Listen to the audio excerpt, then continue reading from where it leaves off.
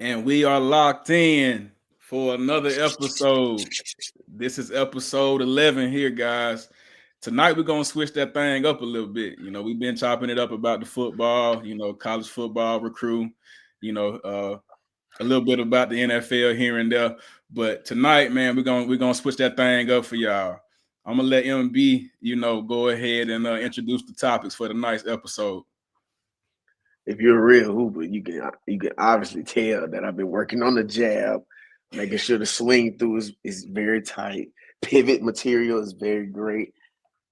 You see the ball protection. You obviously know we're talking basketball tonight, ladies and gentlemen. Once again, welcome back to the podcast. We enjoy doing this for y'all, but you also understand that we have a unique perspective to be able to give in all different facets of sports, and also we will continue to blossom and give you all more and more great content. But tonight, talking college basketball and NBA basketball, I think that the game is continuously evolving, in which all games continuously evolve. We talk about all different sports and even business. And everybody's career has some type of change or niche that they have to be able to adapt to.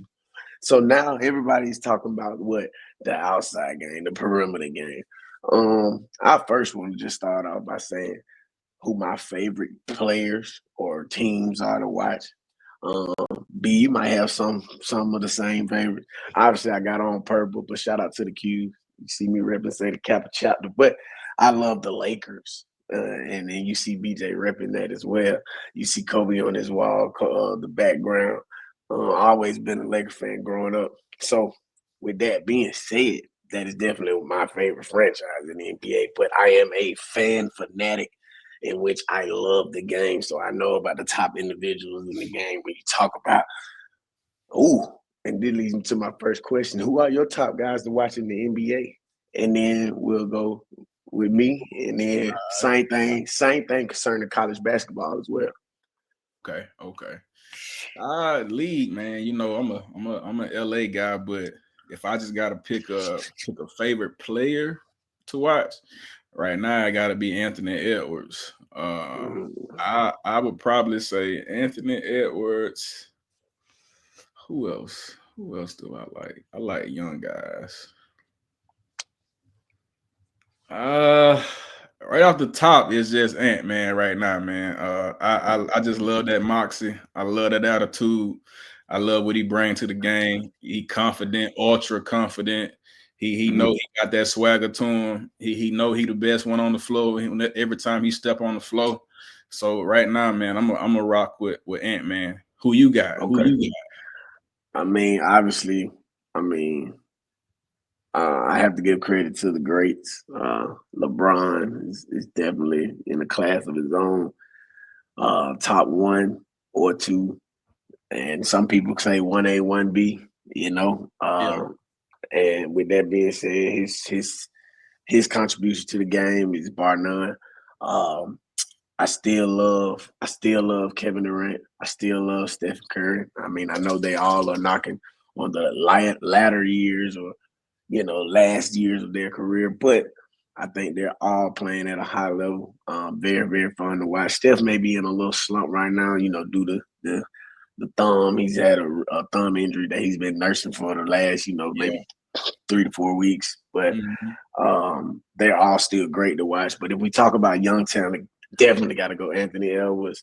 Um, I, me personally, I like watching Shea Gill, Chris Alexander. I think his unique ability to have you step to his tune or step to his rhythm when it comes to him having the basketball in ISO Mhm. situations, and then also still being able to facilitate and get the other guys going like Jalen Williams and uh, the multitude of players that they have, young players that they have on that court, Luke Dort and others. But he has a great game. Maybe having an MVP season. Yeah. Some would also say Jokic. I mean, dominance.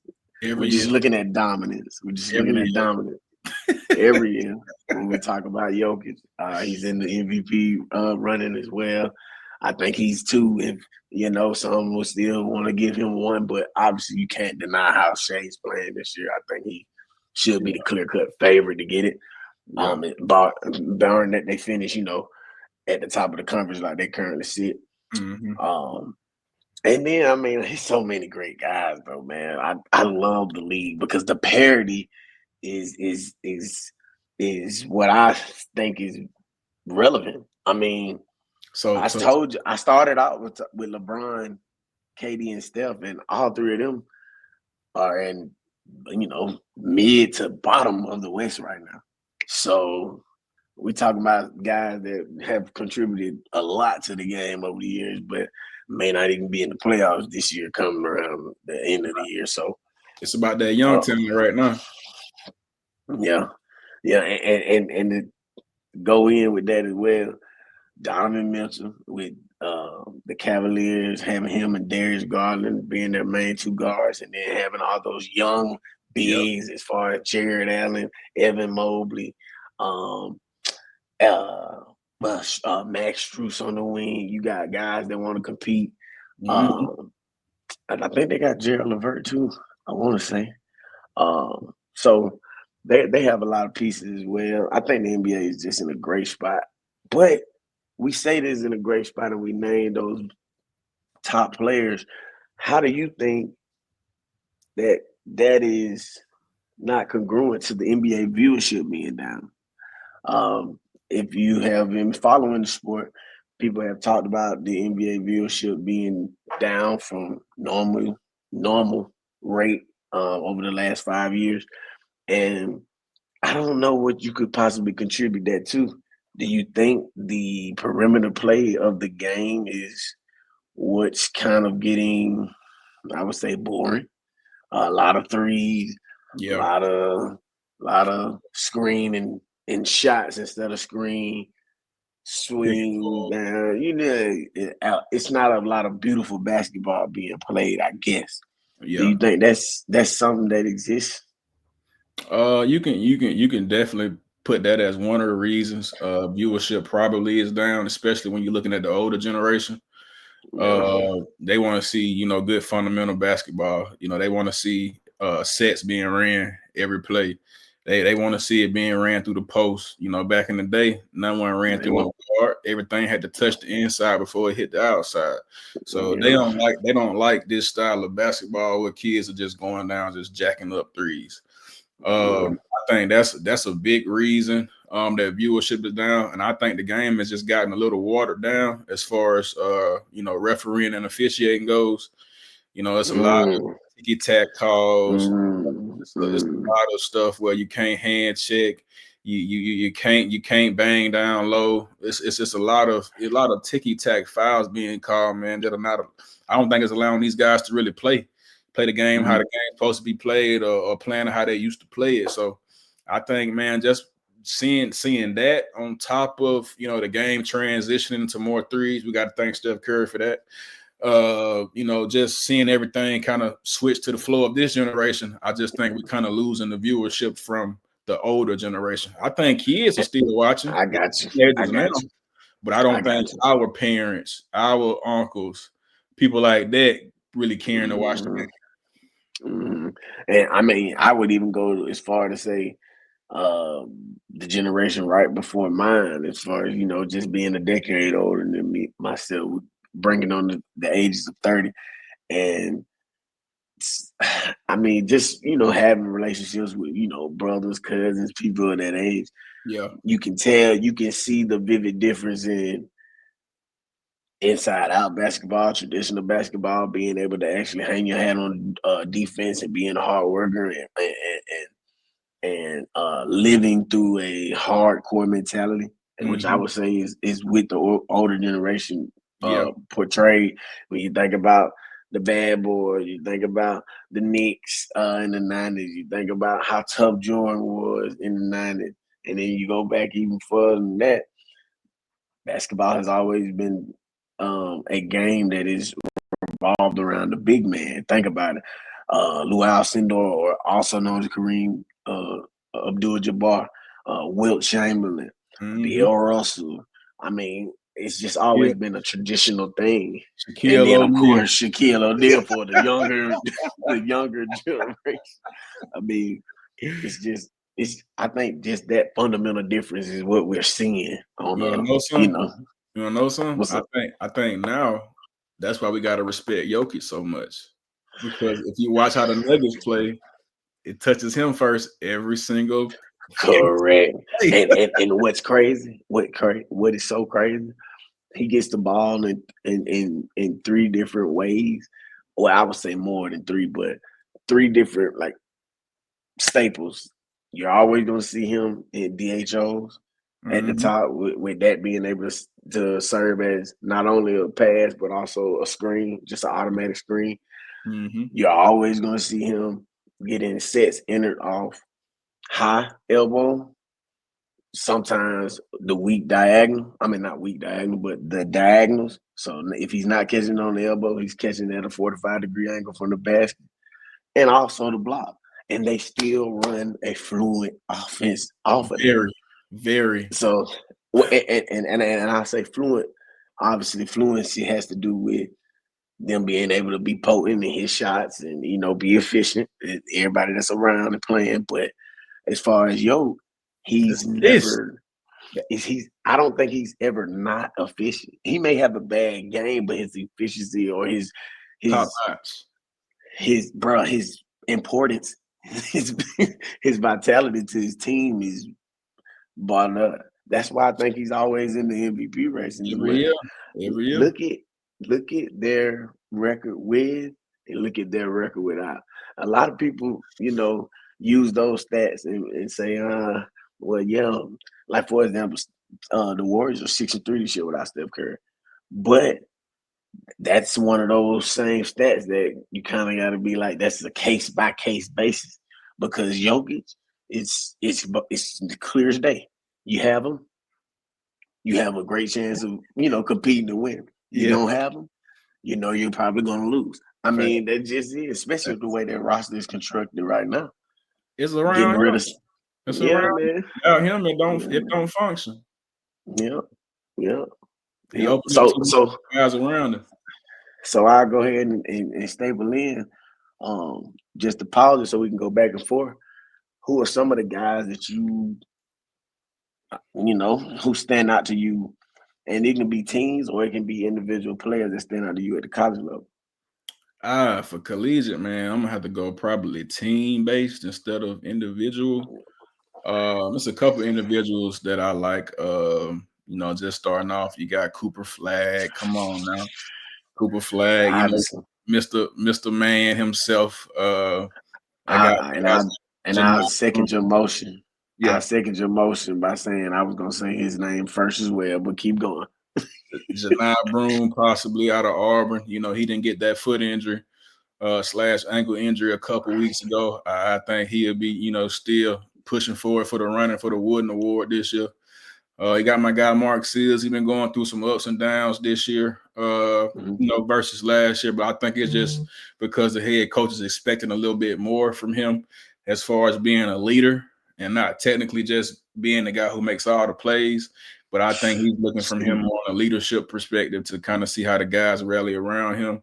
But as a team play right now, man, Auburn is definitely the top team to watch, man. Them guys, Bruce Pearl got them guys playing, man. They're gonna play defense every single game. That's one reason why they got a chance to win a championship. They kind of remind me of Houston. Houston play great defense This past year, every this year. last season, Every yeah, year. traditionally, yeah. Yes, Kelvin Sampson had them boys ready. If you ain't playing nothing else, you locking up on that D side. That's why they always giving up 50 points a game, 45 points, because that defense be locked and loaded. But if you give me some teams that I would pick right now, if I can pick 5, I'm gonna say Auburn, I'm gonna say Duke, I'm gonna say Iowa State, I'm gonna say Bama, and I'm gonna say Houston. Okay. Those are probably my top teams. That I would probably say that I enjoy watching a little more. SEC over everything for sure. It's the same with me Okay. in football, just like it is in basketball. And good thing Okay. right now, SEC Yeah. they possibly can get 12 to 13 teams in the tournament right now. Correct. And that was going to lead me to my next point before I talked about some guys and teams that I like.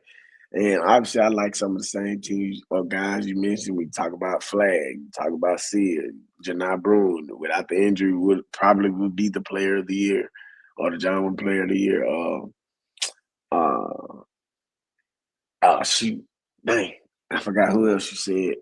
But like I said, looking at the SEC, that is potency in its rarest form. As far as every game on that schedule, you could possibly lose. Facts.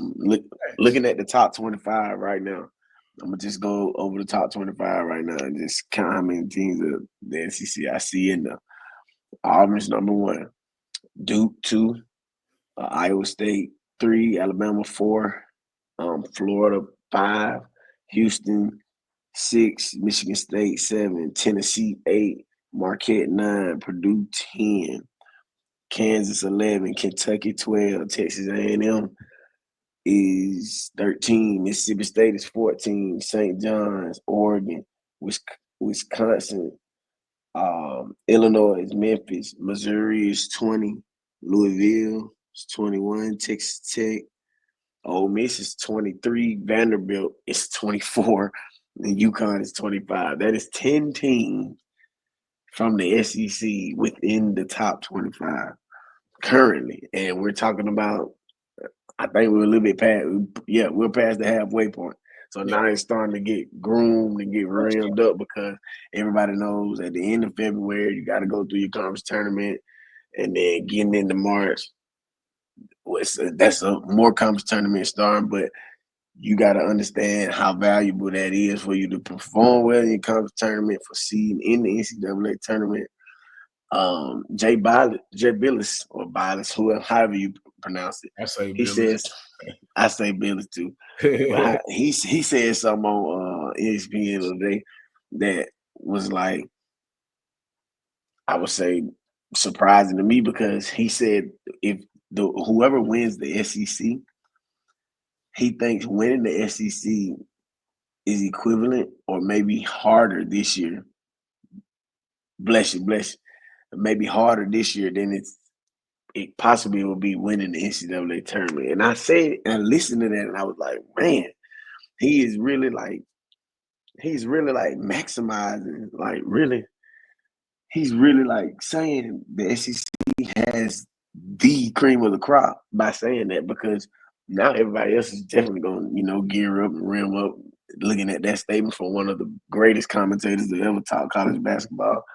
I mean, I think it's some truth to it. Yeah. Because of why would we just go through that and name 10 teams and that not be some truth? Facts. Facts. So, what I was gonna say to piggyback off of that, look at how all those teams started conference play. Non-conference this year. That's why they're saying this. Non-conference this year. The SEC, every team had won, I think, double-digit games. The team with the most losses was South Carolina, and they had 3. That means everybody else had 2, 1, or 0 losses going into conference play.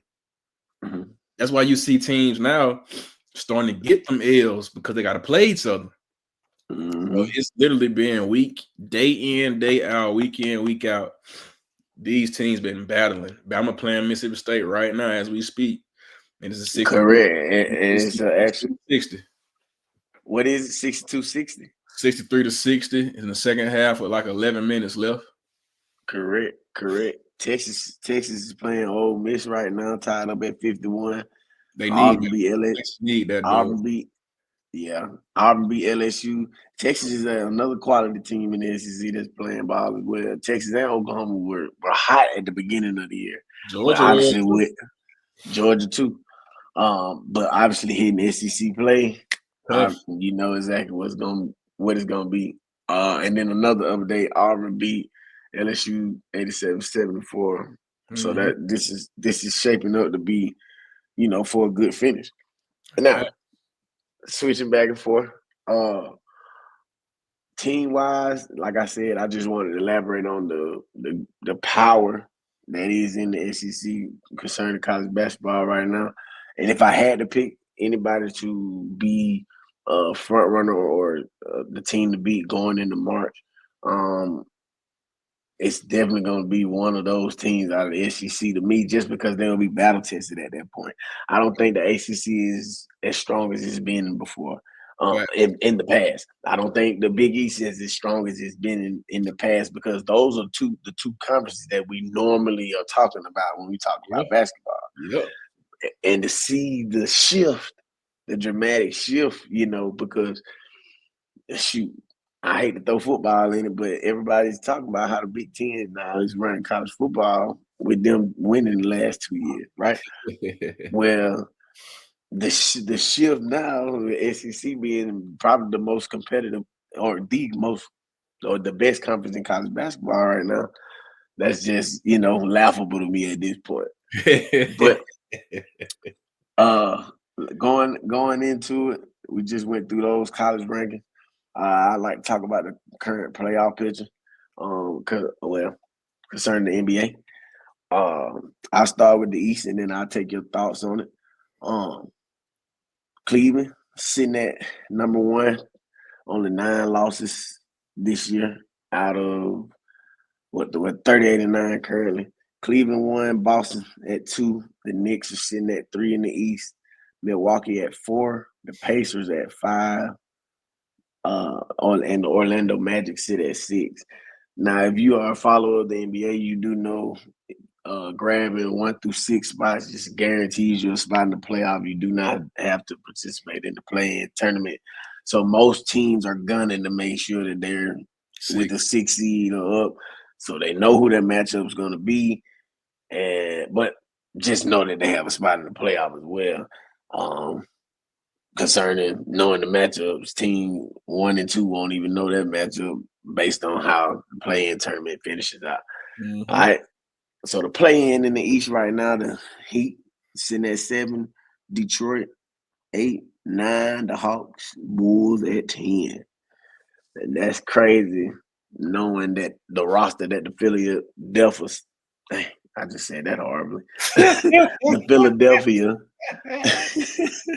the Philadelphia 76ers have, with Embiid, PG, Tyrese Maxey being assembled. We definitely expect them to be playing better right now. But you pick up guys known for injury with PG, and then obviously you have a superstar that he's been injury prone. It kind of, some people probably expected this at the current moment. So what you think about that current East lineup, man? Who you taking as far as your favorite? Man, the favorite coming out of the East gonna be the Celtics until they get beat.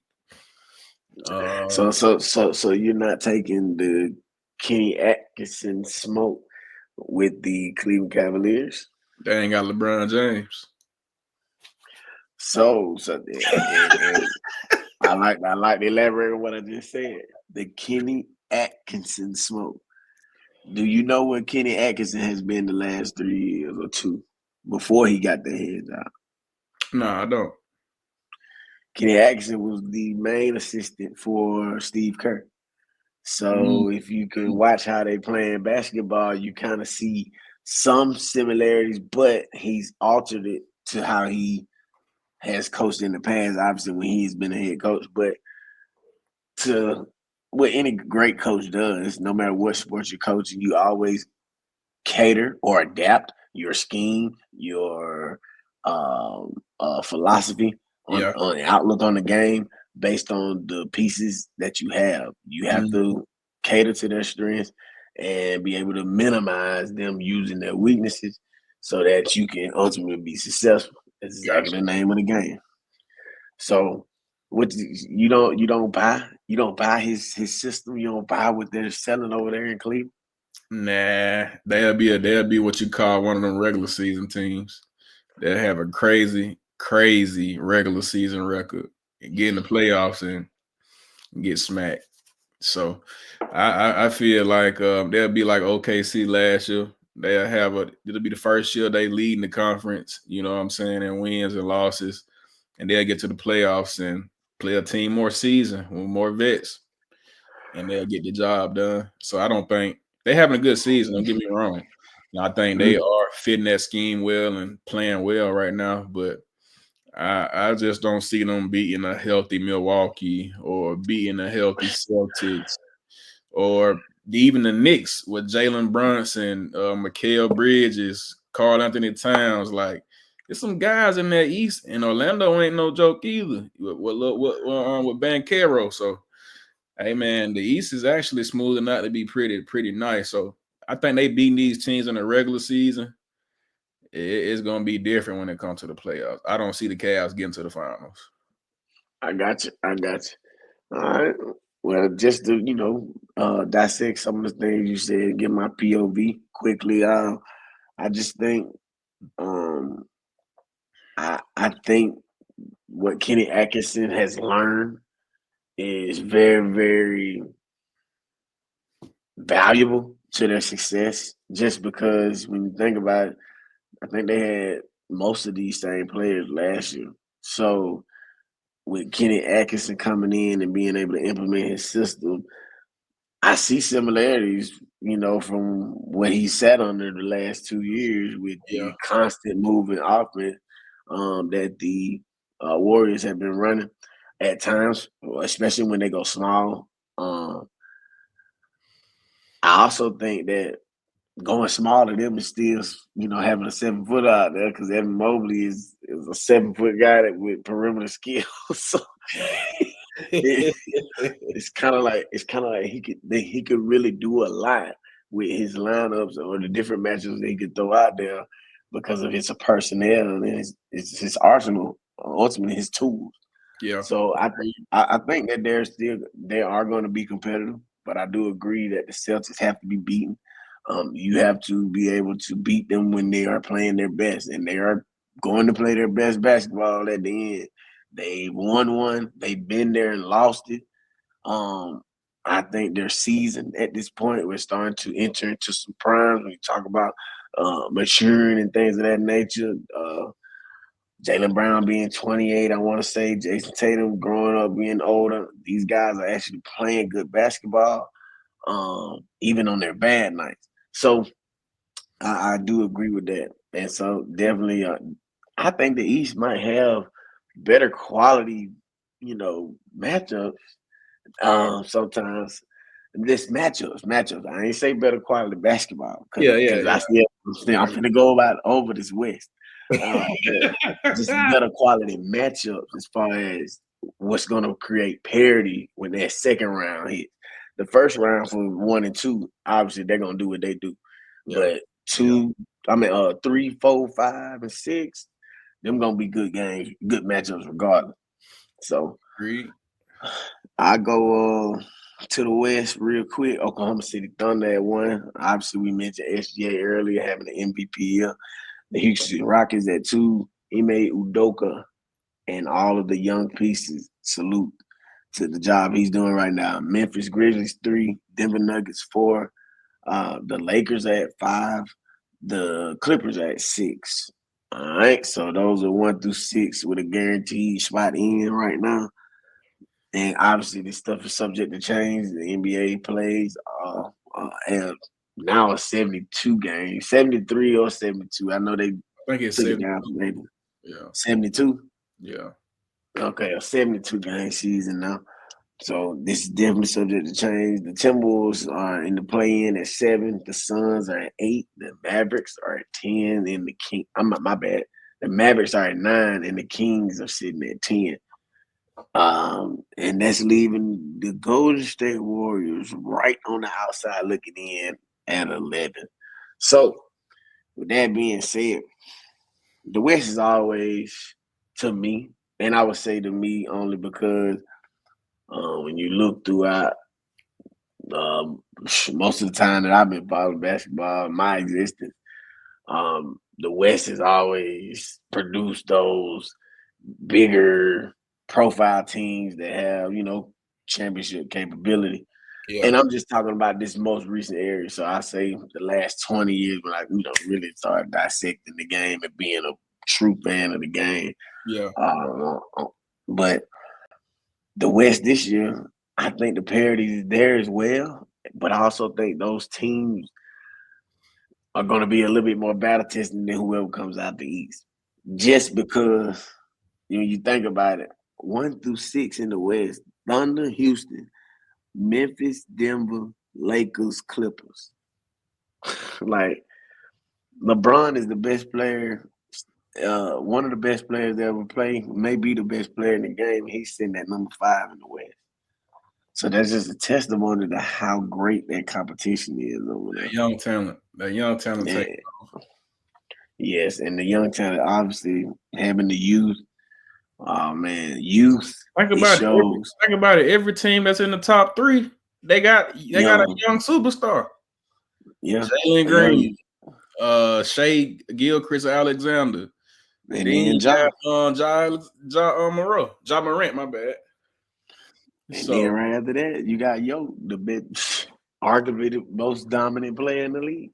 come on. So, and then if you go play in, you got Ant, you got Kyrie and Luka, you got Fox, DeAnthony Fox. That his name? Ain't his name DeAnthony Fox? No, De'Aaron Fox. That right. De'Aaron Fox and who else? Who else we said that was in there? The Suns at 8, the Mavericks at 9. The Suns, Kevin Durant and and Booker, D Book. Yeah. So I think the West is definitely gonna be a gauntlet. I can't wait to see it all play out and see where this season ends up. If I had to pick a front runner, it's kind of hard for me to pick because the West is going to be battle tested, but they're also going to be young. And whoever runs into the Celtics, if you are not battle tested with finals experience, I think that is going to be in their favor this year if they're able to come out the East. Just because, one, they're young. Yeah. 2, they're young too now. And the reason I say they're young, because when you talk about their best 2 players, they're south of 30. So that means they're not even, touching that prime for real just yet. So that accounts for a lot. And whoever comes out of the West, which I think could possibly be a young team. Now, I will say this. There was a debate on First Take the other day, and Stephen A. Smith was giving his congratulations or his flowers to Ime Udoka, because the Rockets just recently beat the Celtics in Boston. Beat the Cavs twice too. And beat the Cavs back to back, and both times on different surfaces. So once at home, once in Cleveland. So that counts for a lot. And I think also that seeing them being able to know and instill confidence in themselves with these type of games, and then their play and their performance, standing up with it, I think they're definitely going to be tough out no matter who they plays with. So, all them young guys going to bring a tough out this year. But if I still think OG's going to always do what they do. If for some reason, I just got a feeling. I pray we don't play these boys in this first round. The Nuggets, bro, if Yoke just get in there, bro, he gonna beat us. He can't beat. I will say this, and that brings me to my last topic for real. I wanted to talk about any ongoing trade rumors that you might be familiar with, because you mentioned something. You mentioned De'Aaron Fox, and then you just mentioned the Lakers situation. So I tell you my updates there. De'Aaron Fox is locked in on wanting to be moved, per Shams, which is a top inside NBA reporter. And he wants to go to the San Antonio Spurs, which is near his hometown in Texas. I also think his wife is from that area as well. I think that means a lot. It holds weight in the household. And then his mindset behind that also is thinking, I probably will go get to play with the best defensive player to ever play the game, and I can help him also develop into maybe one of the best players that ever played the game. And in an organization with structure a couple decades ago, for winning championships. So uh, I think, he sees that on the wall. He also knows that, his name holds weight. And I think he's now the biggest domino in the trade market that, waiting to be moved, because obviously teams make moves based on how other teams stack up and use their assets in order to gain, other assets, but also put themselves in better positions going forward. Agreed. What you think about De'Aaron Fox? I think Spurs a good fit. His style of play is a little different though. Like I really can't just pinpoint and say he has a similar style of play to a lot of guys. He's a different guy. I think he fits with Sacramento. I think his time is just running out in Sacramento. The thing about the Spurs that kind of throws a wrench in it for me is they got a point guard, which is Chris Paul. Unless you planning on trading him, I think he works well with Wemby. I think Chris Paul and Wemby is a good dynamic with Pop back on the bench whenever he can get healthy. I think that unlocks Wemby game because he can pick Chris's brain. I think Chris can show him how he's worked with other bigs in the post, and he can give him some gems. I think De'Aaron Fox game is a little fast for the Spurs, if that makes sense. He's more of a up and down the floor guy. Spurs don't play like that. I mean, they play a little bit like that now since they got a lot of young talent, but they ain't just playing how the Kings played. So I think if De'Aaron want to really thrive, he got to get in the offense that fit his style of play, which is probably going to be unique. So I don't know what Yeah, team. because I can't really pinpoint him to a system, Me because neither. he always, he initiate offense. If he not, It's run and gun. He get the ball, he yeah, is on.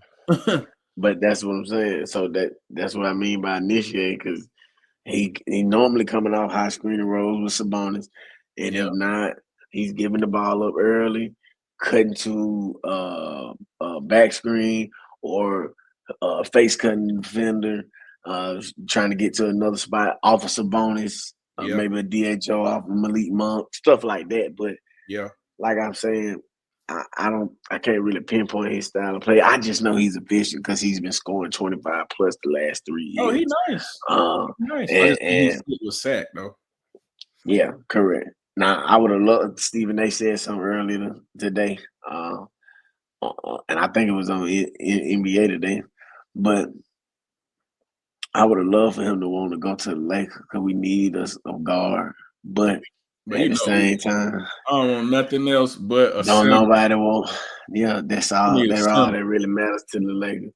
How you feel about Anthony Davis coming out publicly and saying, "I need a 5"? Bro, he been saying that. This ain't the first time he done said it, bro. He been saying that's how he won the first championship. I know he been saying it, but I'm saying sitting down and having a 30-minute interview that is a debut interview, because I think it was on ESPN during a Saturday in which they had multiple games that day. Mm-hmm. So how do you feel about him actually putting that pressure on the front office to at least get something to play the 5? They at this point they just want something, and I mean Vujacic, I mean Valanciunas, I mean they will take anything. But What's the crazy top is, of their list, before I let you talk on them, the top of their list, Walker Kessler. Go ahead. I don't know what Rob doing. Just being point blank. Rob make me want to go up there and slap fire him sometime. Bro, it's just like you saw what won you the championship in 2020. You had 2 centers. 2. 2. One on, and to be honest, they were both effective in their own way based on their Yes. build. Yes. Dwight was shorter than Jokic, but he was beating him up because he was Because way he liked stronger than it. him. And he liked that. He don't Correct. care about nothing else but getting down low and banging. No homo. And then um your boy JaVale McGee was always Perfect. in his Perfect. view, but when he ever got a shot over the basket, I mean not over basketball over his shoulder, Rim protect. or turn around jumpers, all those things were, I would say, a little bit more less efficient because they had somebody to defend them. That's the blueprint. Rob, what are you doing? Just go look at 2020 and build the same team. AD said it. You need a center and you need dogs around us. Me and Brun, you need dogs around me and Brun. If you got dogs around me and Brun, I ain't got to play the 5 unless I absolutely need to. But I don't mind playing the 5, but that's not my primary position. That's why I keep getting hurt. Because you keep putting me at the 5 trying to get me banged with these dudes. And that ain't my style. That ain't my boy. That man was a point guard. Yeah. All the way up until he became 6'10". Yep. What does that tell you? He is a finesse player. He is not no guy that gonna bang with no MB, bang with no yoke. You're gonna lose every time. Because you're taking him out of his game trying to make him do something he ain't got to be doing. Bro, let this man play the 4 so he can cook and get 40 and 20 every night. And then you just get a big who just need to get 10 to 12 rebounds, by 4-5 fouls, and hit by 6-7 points. That's all you need, bro. That's it. So yeah, Walker Kessler, but Utah want too much money. They tried to get Nikola Vucevic, however you say his name. They tried to get him. The who he play with, the Bulls now. Mm-hmm. The Bulls want to get rid of him. I think now they're looking at Miles Turner. I think And Miles they say he has a a relevant asking price, so something that's equivalent to what they're willing to pay. But I don't like them trading Rui for him. I don't like that. So if you're gonna get Miles Turner, you got to give away something else. You can't give away Rui. I feel like you're taking a step back because Vando has stayed hurt the past 2 years. So you can't depend on Vando to try to come in and take Rui's spot when he don't produce the same way as Rui on the offensive side of the board. Offensive side of the ball. He gonna play great defense. He might get you 7-8 points. I'd But rather them he's more trade of a Max defensive Christie. effort, though. He's not an offensive player. So I think, and I think Miles Turner is finesse as well. Miles Turner can't stop no Jokic.